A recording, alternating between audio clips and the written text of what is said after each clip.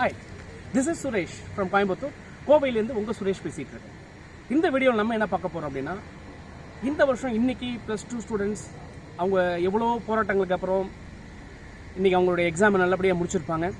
Almost chemistry examination ஃபைனலாக முடிச்சுட்டு இன்றைக்கி குழந்தைங்களாம் நிறைய ஒருத்தர் இங்க் அடிச்சுட்டு விளையாடிட்டு இருந்ததை நிறைய பார்த்தோம்.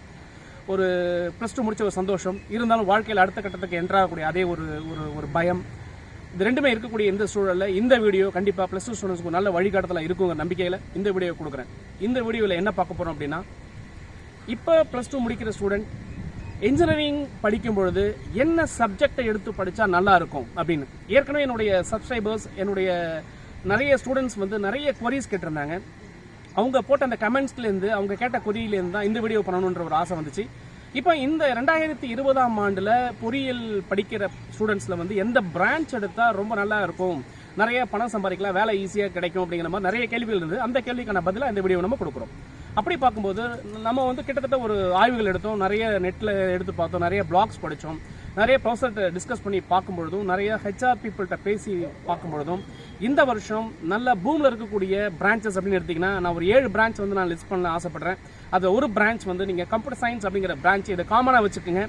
ஏன் அப்படின்னா எல்லா ஃபீல்டுக்குள்ளேயும் கண்டிப்பாக கம்ப்யூட்டர் நாலேஜ் தேவை. அதனால் கம்ப்யூட்டர் சயின்ஸ் பிரான்ச்சுங்கிறத தனியாக ஒதுக்கிட்டு அந்த பிரான்ச்சை தவிர மிச்சம் இருக்கிற பிரான்ச்சை நம்ம லிஸ்ட் அவுட் பண்ணோம் அப்படின்னு சொன்னால் இந்த வருஷம் அது எப்படி இருக்கும் அப்படின்னு பார்க்கும்போது, ஃபர்ஸ்ட்டாக சொல்லக்கூடியது எலக்ட்ரிக்கல் அண்ட் எலக்ட்ரானிக்ஸ் இன்ஜினியரிங் அப்படிங்கிறது மிக அருமையான ஒரு கோர்ஸாக இந்த வருஷம் வரப்போகுது. ஃபர்ஸ்ட் பிரான்ச் நீங்கள் செலக்ட் பண்ணணும்னு நினைக்கிறவங்க எலக்ட்ரிக்கல் எலக்ட்ரானிக்ஸ் இன்ஜினியரிங் தாராளமாக எடுக்கலாம். நம்பர் 2 அப்படின்னு நீங்கள் பார்த்தீங்கன்னு சொன்னால் டெஃபினட்டாக சிவில் இன்ஜினியரிங் அப்படிங்கிறது இந்த தடவை நல்ல பூமிங்கில் இருக்க போது, நல்லா பூம் ஆகிட்டு இருக்குது. இன்ஃப்ராஸ்ட்ரக்சர் ஃபெசிலிட்டி அதிகமாகுது. ஏன் அப்படின்னா ஸ்மார்ட் சிட்டிஸ் அப்படிங்கிற ஒரு விஷயம் இந்தியாவில் பூம் ஆகுது. அதனால இந்த இன்ஃப்ராஸ்ட்ரக்சர் ஃபெசிலிட்டி டெவலப் ஆக வேண்டிய கட்டாயம் நம்ம இருப்போம். அப்போ சிவில் இன்ஜினியரிங் ரொம்ப சூட்டபுளாக வரும் அப்படிங்கிறது நம்ம கண்டிப்பாக 2வது இடத்துல வச்சுக்கலாம். 3வது அப்படின்னு பார்த்தீங்கன்னா மெக்கானிக்கல் இன்ஜினியரிங் அப்படிங்கிறது நம்ம நிறைய பேர் வெளியில் சொல்கிறாங்க, மெக்கானிக்கல் படித்தா வேலை கிடைக்கல, மெக்கானிக்கல் ஒஸ்ட் அப்படின்னு சொல்கிறாங்க. இது முழுக்க ஒரு தப்பான ஒரு கருத்து. இன்னைக்கு இண்டஸ்ட்ரி 4.0 அப்படிங்கிற ஜென்ரேஷன் நம்ம மூவ் ஆகி போகிறதுனால டெஃபினட்டாக மெக்கானிக்கலில் ஒரு ஆட்டோமேஷன் வரக்கூடிய காலகட்டங்களில் அதை கற்றுக்கக்கூடிய இன்ஜினியர்ஸ் இன்னும் இல்லை. அப்போ மெக்கானிக்கல் இன்ஜினியரிங்கிறது உலக லெவலையும் சரி, இல்லை இந்தியா லெவலையும் சரி, இல்லை நம்ம தமிழகத்தையும் சரி மிகப்பெரிய ஒரு புரட்சி எடுக்க போது அப்போ மெக்கானிக்கல் இன்ஜினியரிங் தாராளமாக படிக்கலாம் அப்படிங்கிறத நான் என்னுடைய 3வது ஆப்ஷனாக கொடுக்க ஆசைப்படுறேன். இது போக 4வது ஆப்ஷனாக நீங்கள் வேணும்னு அப்படின்னு நினச்சிங்கன்னா கண்டிப்பாக நீங்கள் ப்ராசஸ் கண்ட்ரோல் அண்ட் இன்ஸ்ட்ருமெண்டேஷன் அப்படிங்கிற அந்த குரூப் படிக்கலாம். அதுக்கப்புறம் பார்த்தீங்கன்னா ECE அப்படிங்கிற ஒரு எலக்ட்ரானிக்ஸ் அண்ட் கம்யூனிகேஷன் அப்படிங்கிறத அடுத்த கட்டமாக நம்ம போடுறதுக்கு ட்ரை பண்ணுறோம்.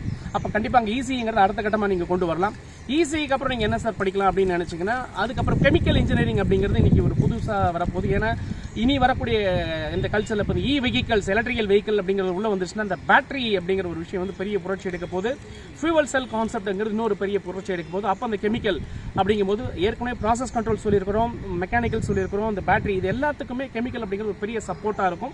அப்போ கெமிக்கல் இன்ஜினியர் தாராளமாக நீங்கள் போட்டுக்கலாம். அப்போ ECEக்கு அப்புறம் கெமிக்கல் இன்ஜினியரிங் பண்ணுறோம். அதுக்கப்புறம் என்ன சார் பண்ணலாம் அப்படின்னு நினச்சிங்கன்னா, தாராளமாக நீங்கள் அக்ரிகல்ச்சர் இன்ஜினியரிங் அப்படிங்கிறது பெரிய புரட்சி எடுக்க போகுது. அந்த அக்ரிகல்ச்சர் இன்ஜினியரிங் நீங்கள் தாராளமாக படிக்கலாம்.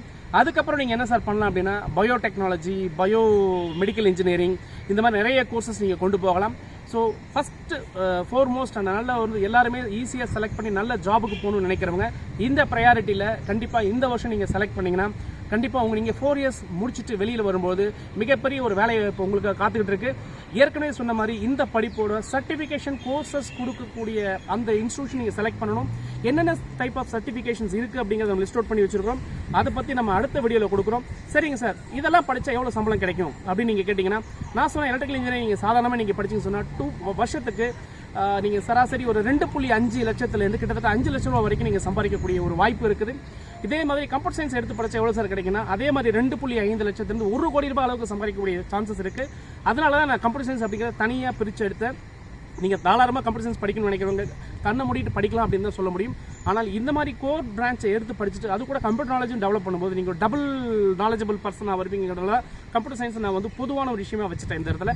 அதனால் அதை நான் ஃபஸ்ட் லிஸ்ட்லேயோ இல்லை அடுத்த லிஸ்ட்லேயோ நான் கொண்டு வரதுக்கான வாய்ப்புகள் இல்லை.